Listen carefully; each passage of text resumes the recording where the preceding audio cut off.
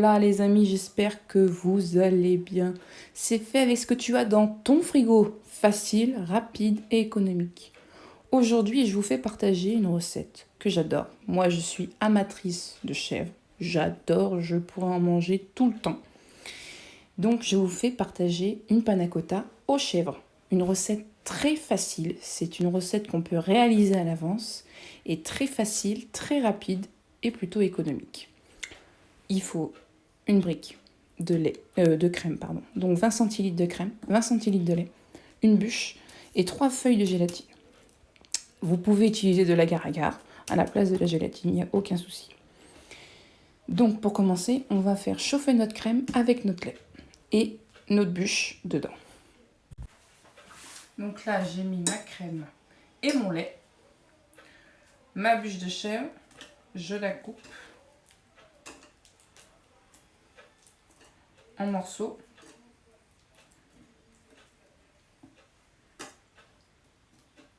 Tac. Et on va laisser infuser à feu doux jusqu'à ébullition. Donc là, c'est en train de chauffer tranquillement.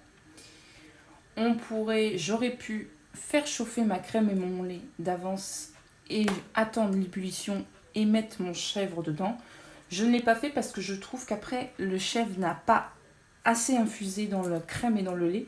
Et moi, j'adore le chèvre, donc j'aime quand le goût soit quand même puissant. Donc c'est pour ça que j'ai tout mis en même temps. Brasser de temps en temps pour éviter quand même que ça colle au fond. Et voilà. Et vous allez voir, le chèvre, il va fondre et tout ça. Il risque de rester peut-être quelques morceaux de croûte du chèvre. On passera, s'il faut, soit on le passe au chinois, soit on le mixe au mixeur plongeant.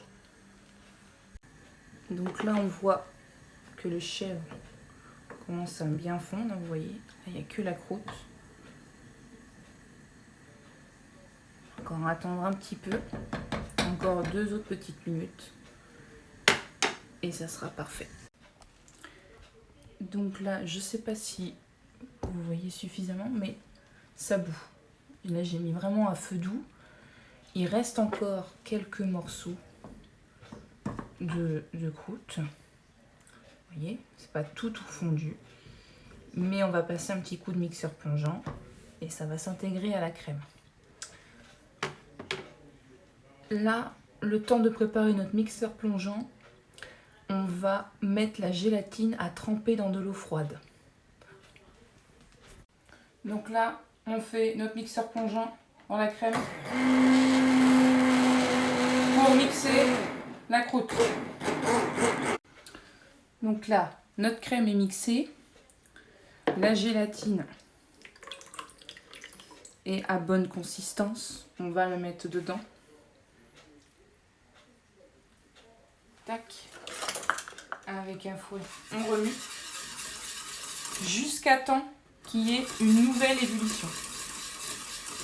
Une fois qu'il y a une ébullition, on peut les mettre dans nos verrines.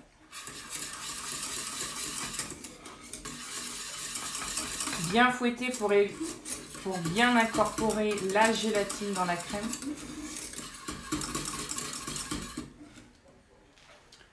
Et là, on va laisser à ébullition. On peut monter un peu notre feu.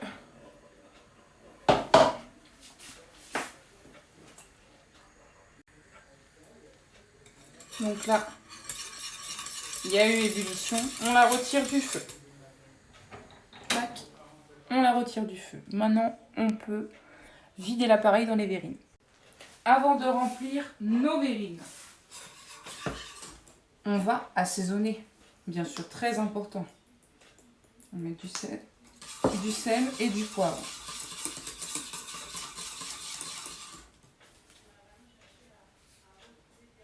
Okay. On mélange bien. S'il y en a qui veulent rajouter de l'échalote, des herbes dedans, on peut, il n'y a aucun souci. Moi, je vais la laisser nature parce que je vais vous montrer à la fin. On va rajouter une garniture que je vais mettre par-dessus. Tac. Je goûte. Parfait. C'est parfait. C'est vraiment parfait. Pensez à ne pas trop saler ni poivrer si vous me rajoutez une garniture comme moi. Parfait. Donc là, on replie nos verrines. Les 3/4.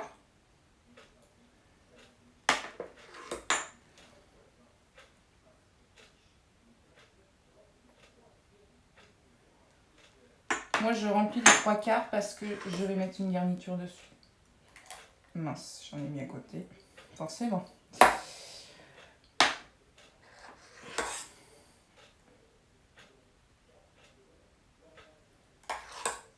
Tac. Donc, vous faites en conséquence. Là, à mon avis, je vais remplir 8 verrines. Là, j'ai pour 8 verrines.